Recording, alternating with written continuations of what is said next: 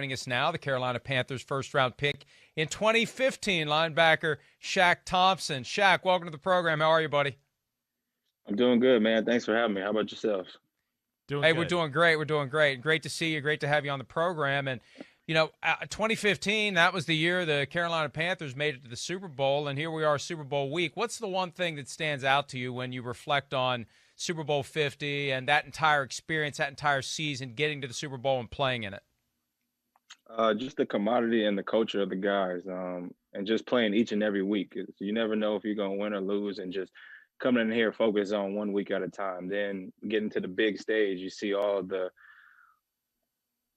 just like the cool stuff they got at the Super Bowl, all the media, all the events, all the just like an experience. So that's what I miss, and hopefully we get back there soon. Yeah, definitely, man. I mean, it looks like you guys are building something there, certainly. Now, 2015, you're the rookie. You're learning. Luke Kuechly's there. Now, this year was a new experience, like, for you, I think at least. What was life like as a linebacker without Luke Kuechly next to you and you kind of the QB of the defense?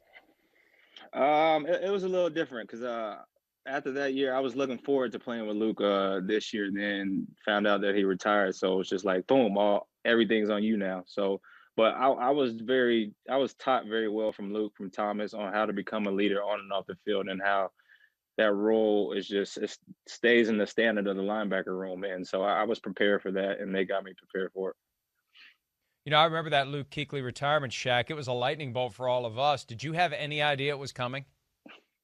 Nah, I had no idea. And the funny thing was, I was on a plane, and Luke was like, "Yo, I'm gonna call you." I was like, "Man, I'm on a flight." Then I go by internet, and I seen it. Luke Kuechly retired. I was like, "Dang!" I just brought tears to my eyes on the plane because like I said, I was looking forward to him, and I was ready to go. You a lot of adjustments. I mean, you had Ron Rivera. Now you get a guy that comes out of college in Matt Rule. Just talk about him and kind of like his stamp that he's put on the organization.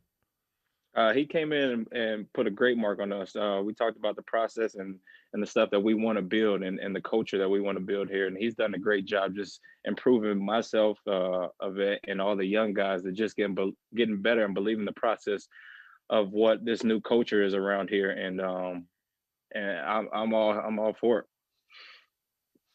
It was funny, that first draft with Matt Rule, every single selection was a defensive player.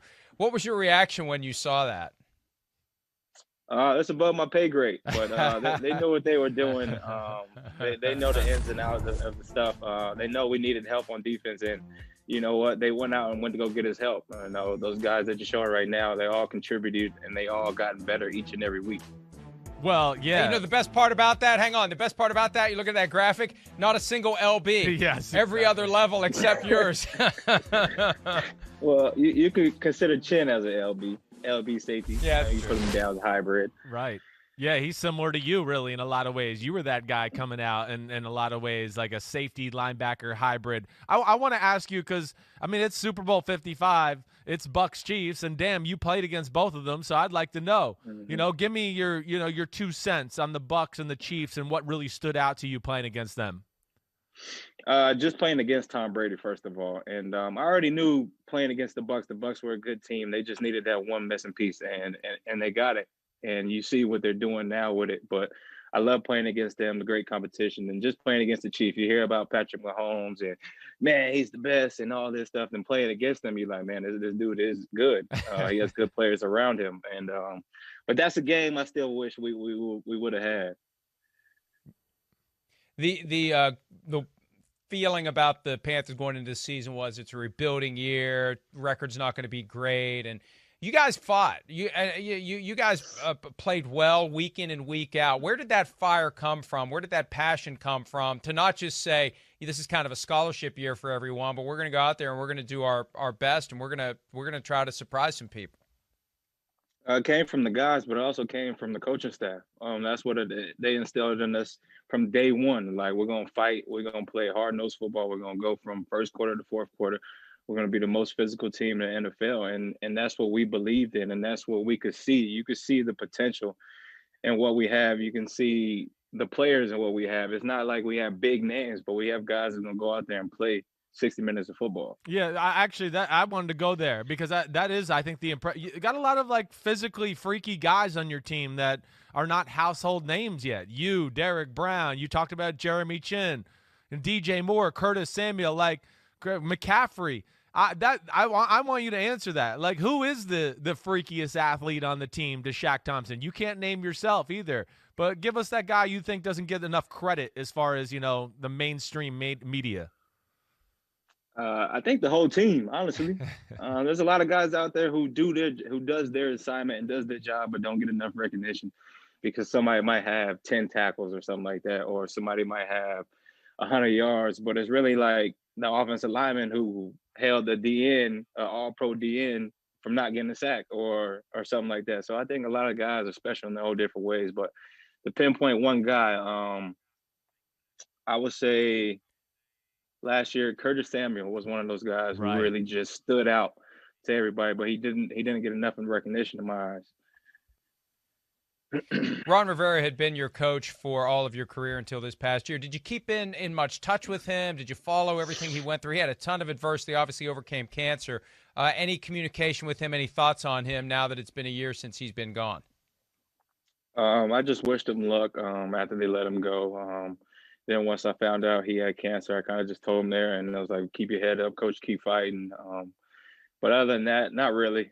My coach is Coach Rule, and I play for the Panthers, so that's where my head and mind is at. Walter Payton, NFL Man of the Year, the team's representative, one of the finalists for the prize. What does that mean to you personally? It means a lot because it's something that I don't do for the limelight. It's something that I don't do for media or something like that. It's something I do for my heart. And if it wasn't no cameras and nothing like that, I would love it. But it comes with the tutorial of what I do. I love giving back to the community. It's something that my mom taught us just growing up before she passed away last year. Just give back, open up your home, open up your arms, and let people come in because you don't know whose life you may change. Shaq, I'm sorry to hear about your mom. That's always a very, very difficult thing to go through, and we wish you the best moving forward. I'm sure she'd be extremely proud of where you are right now, especially as a Walter Payton NFL Man of the Year finalist. And we wish you the best. We look forward to talking to you down the road, pal. Appreciate that, man. You guys have a good one. You too. You're the man, Shaq. Hi, I'm Mike Tirico, and thanks for watching. Make sure to hit subscribe for the latest news and highlights from NBC Sports.